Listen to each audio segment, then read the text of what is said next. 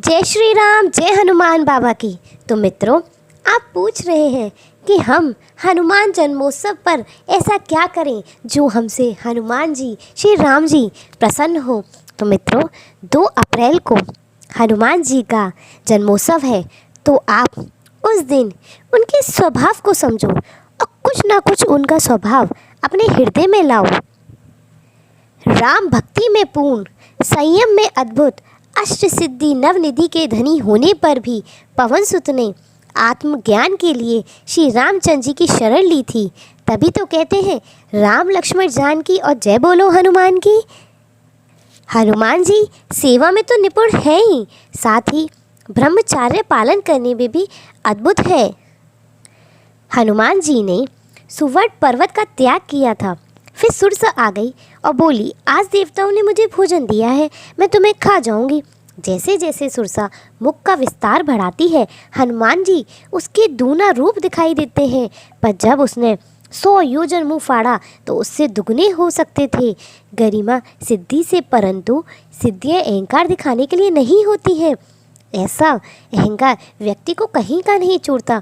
तो देखो हनुमान जी की कुशलता, वे नन्हे हो गए और उनके मुंह में घूम के भी आ गए थे।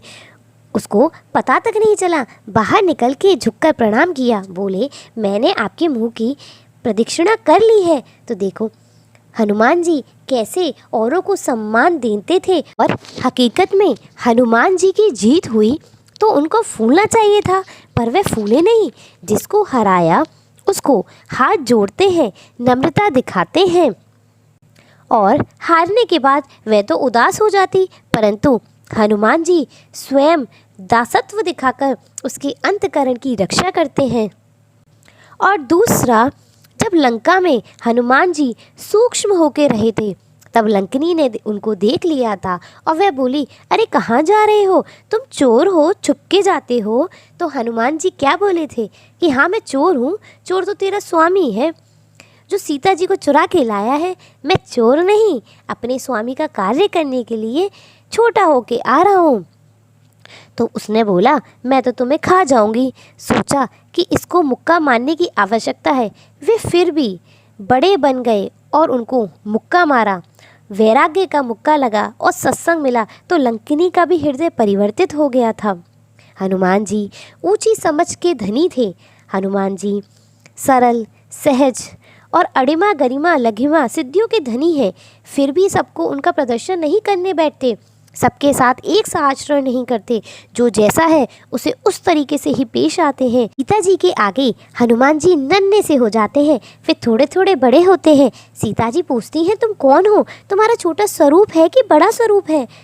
तो वह कहते हैं मैया ये सब बड़प्पन तो मेरे प्रभु श्री राम का है। सीता जी बड़ी प्रसन्न हुई और बोली पुत्र कह दिया तो वह रोमांचित ही हो गए। सीता जी को बहुत ऊंची सद्भावना से देखते हैं, राम जी को भी ऐसे ही देखते हैं। तो मित्रों, कहने का अर्थ यह है कि आप भी हनुमान जी की इन चीज़ों को अपने जीवन में उतारें, जिससे आप आगे बढ़ सकें। आपको उनका स्वभाव अपने जीवन में लाना चाहिए, तब आप एक अलग ही शांति का एहसास करेंगे। तो मित्रों, इस हनुमान जन्मोत्सव पर आप इससे बड़ा कोई भी उपहार हनुमान जी को शायद नहीं दे सकते। तो आप इसको ज़रूर अपने ध्यान में लाएं।